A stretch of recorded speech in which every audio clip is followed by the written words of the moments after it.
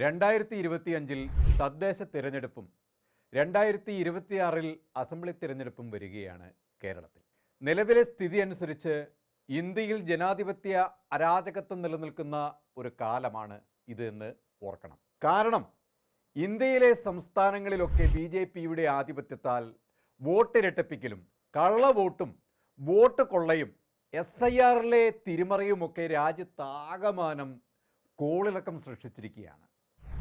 മോദി എന്ന പ്രധാനമന്ത്രി കപടജനാധിപത്യത്തിൻ്റെ കാവലാളായി നിന്ന് വോട്ട് കൊള്ളയിലൂടെ അധികാരത്തിൽ കയറിക്കൂടിയതിൻ്റെ രഹസ്യം രാഹുൽ ഗാന്ധി പുറം ലോകത്തെ അറിയിച്ചതോടെ, തെളിവുകൾ നിരത്തി അറിയിച്ചതോടെ ഇന്ത്യയിൽ ജനം ജാഗരൂകരായി കഴിഞ്ഞു.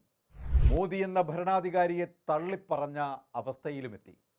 അധികാരത്തിൻ്റെ ദുർഭൂതങ്ങളെ കെട്ടഴിച്ചു വിട്ട് തിരഞ്ഞെടുപ്പ് പ്രക്രിയകളിൽ നുഴഞ്ഞുകയറി രാജ്യത്തെ ശിഥിലീകരിക്കാനും അതുവഴി അധികാരം നിലനിർത്താനുമുള്ള മോദിയുടെ ശ്രമങ്ങളെ മുന്നിൽ കണ്ട കോൺഗ്രസ് ദേശീയ നേതൃത്വം അടക്കം ഒന്നടങ്കം സടകുടഞ്ഞെഴുന്നേൽക്കുകയാണ് ഇപ്പോൾ. ബീഹാറിൽ മോദിയും സംഘവും കാട്ടിക്കൂട്ടിയ SIRലെ നെറികേട് അറിയാൻ തങ്ങൾ താമസിച്ചു പോയി എന്ന് കോൺഗ്രസ്സുകാർ പറയുന്നു. ഇനി മറ്റൊരു സംസ്ഥാനത്തും മോദിയുടെ ദ്രംഷ്ടകൾ ഇങ്ങനെ ഉയരരുത്. ജനത്തിൻ്റെ ചോര കുടിക്കാൻ ഞങ്ങൾ അനുവദിക്കില്ല. രാജ്യത്ത് 140 കോടി ജനമാണ് വലുത്. അവരെ ചതിക്കാൻ ഒരധമ രാഷ്ട്രീയത്തെയും ഞങ്ങൾ അനുവദിക്കില്ല. 65 ലക്ഷം പേരാണ് ബീഹാറിൽ വോട്ടർ പട്ടികയിൽ നിന്നും വേണ്ടത്ര ആലോചനകൾ ഇല്ലാതെ ഒഴിവാക്കപ്പെട്ടത്. അതും ഭൂരിപക്ഷവും ഒരു സമുദായത്തിൽപ്പെട്ടവരെയാണെന്ന് അറിയുമ്പോഴാണ് വർഗീയതയുടെ ആഴം, ചതിയുടെ ആഴമൊക്കെ എത്ര ബീഭത്സമാണ് എന്ന് മനസ്സിലാകൂ.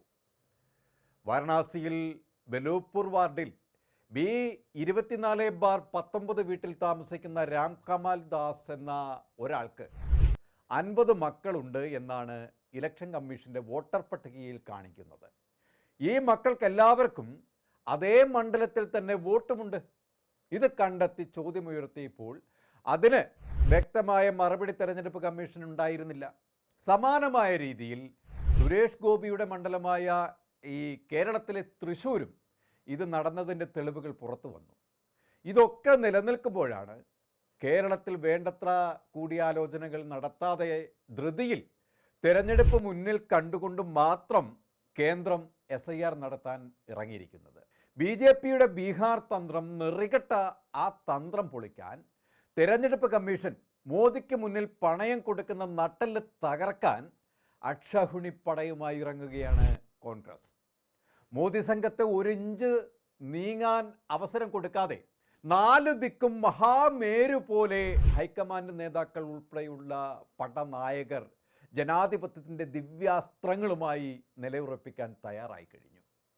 അവർക്ക് മുന്നിൽ അചഞ്ചലമായ കരുത്തോടെ രാഹുൽ ഗാന്ധിയും ഗാർഖയും പ്രിയങ്ക ഗാന്ധിയും KC വേണുഗോപാലും രേവന്ത് റെഡ്ഡിയും DK ശിവകുമാറും സച്ചിൻ പൈലറ്റും അടക്കം വൻ നിര പ്രചരണത്തിൻ്റെ ഭാഗമായി മുൻനിരയിൽ തന്നെ ഉണ്ടാവും.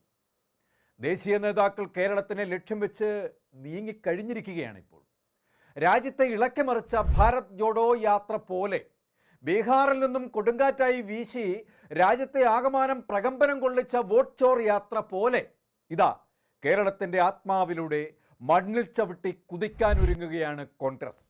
കേരളത്തിൽ 140 മണ്ഡലങ്ങളിലൂടെ സഞ്ചരിച്ച് ജനത്തെ ബോധവൽക്കരിച്ച് രാജ്യം BJPയുടെ പിടിയിൽ എങ്ങനെ പെട്ടുപോയി എന്ന് വിളിച്ചു പറഞ്ഞുകൊണ്ടാകും യാത്ര കേരളത്തിൻ്റെ നെഞ്ചകത്തിലൂടെ കടന്നു പോകുക. തിരഞ്ഞെടുപ്പ് മുന്നിൽ കണ്ട് മോദി കൊണ്ടുവന്ന SIR അടവ് പൊളിക്കാൻ ഇന്ത്യൻ നാഷണൽ കോൺഗ്രസ് ഒരുമ്പിട്ടിറങ്ങുമ്പോൾ അത് മോദിയിൽ വലിയ പരിഭ്രമം തന്നെയാണ് സൃഷ്ടിക്കുന്നത്. കേരളത്തെ ലക്ഷ്യം വെച്ചുള്ള BJPയുടെ നീക്കം കുറച്ച് നാളുകളായി തുടങ്ങിയതാണ്. പക്ഷേ കേരളത്തിൽ വർഗീയ ധ്രുവീകരണത്തിലൂടെ BJPക്ക് കടന്നു കയറാൻ കഴിയില്ല എന്ന് ബോധ്യം വന്നപ്പോഴാണ് ന്യൂനപക്ഷ പ്രീണനവുമായി BJP അടവ് നയം സ്വീകരിച്ചത്. അതും വേണ്ടത്ര അങ്ങോട്ട് വിലപ്പോയില്ല. ഇത് മനസ്സിലാക്കിയ BJP ബീഹാർ തന്ത്രവുമായി കേരളത്തിലേക്ക് ഇറങ്ങുകയായിരുന്നു. ഇത് മുൻകൂട്ടി മനസ്സിലാക്കിയാണ് കോൺഗ്രസ് BJPക്കെതിരെ പടക്കോപ്പുകൾ സ്വരുക്കൂട്ടുന്നത്. ഇതിൽ കേന്ദ്ര ഭരണകൂടത്തിൻ്റെ ഗൂഢ ലക്ഷ്യമുണ്ട് എന്ന് പ്രതിപക്ഷം പറയുന്നത് ഇന്ത്യൻ ജനവും മനസ്സിലാക്കുന്ന ഒരു സ്ഥിതിവിശേഷത്തിലാണ് ഇപ്പോൾ ഇന്ത്യ ഉള്ളത്. പ്രതിപക്ഷത്തിൻ്റെ എതിർപ്പുകൾക്ക് ചെവി കൊടുക്കാതെ ഏകപക്ഷീയമായി അത് നടപ്പിലാക്കുമെന്നാണ് സർക്കാർ പറയുന്നത്. ഇതിനെതിരെ എതിരഭിപ്രായങ്ങൾ ഉയർന്ന സാഹചര്യത്തിൽ രാഷ്ട്രീയ പാർട്ടികളെ അനുനയിപ്പിക്കാനുള്ള ശ്രമങ്ങൾ കേന്ദ്ര സർക്കാരിൻ്റെയും തെരഞ്ഞെടുപ്പ് കമ്മീഷൻ്റെയും ഭാഗത്ത് നിന്ന് ഇപ്പോൾ ഉയരുന്നുണ്ട്. പക്ഷേ സർക്കാർ എന്തു പറയുന്നു എന്നല്ല, ഇന്ത്യയിൽ ഇപ്പോൾ എന്തു നടന്നു എന്നതാണ് മുന്നിലുള്ളത്. ഇതിൻ്റെ ആവർത്തനം തന്നെയാവും കേരളത്തിലും ലക്ഷ്യമിടുന്നത്. പക്ഷേ അതിനെ തടയിടാനാണ് രാഹുൽ ഗാന്ധിയുടെയും പ്രിയങ്ക ഗാന്ധിയുടെയും നേതൃത്വത്തിൽ AICCയുടെ തീരുമാനപ്രകാരം കേരളത്തിൽ ഉടനീളം പര്യടനം സംഘടിപ്പിക്കുന്നത്. ഭാരത് ജോഡോ യാത്രയും ബീഹാർ വോട്ടധികാർ യാത്രയും കണ്ട് സ്തബ്ധനായ മോദിക്ക് ഇതാ ശക്തമായ മറ്റൊരു പ്രഹരവുമായി കേരളത്തിൽ ഒരു ചുഴലിക്കാറ്റ് രൂപമെടുക്കും. ഈ യാത്രയിൽ മോദിയുടെ തകർച്ച പൂർണ്ണമാകുമെന്നത് ഉറപ്പിക്കാം നമുക്ക്. കൂടുതൽ വാർത്തകൾക്കും വിശേഷങ്ങൾക്കും ഞങ്ങളുടെ channel like, share and subscribe ചെയ്യുക. കൂടാതെ സബ്സ്ക്രൈബ് ബട്ടണിലെ ബെല്ലൈക്കൺ എനേബിൾ ചെയ്യാനും മറക്കരുത്.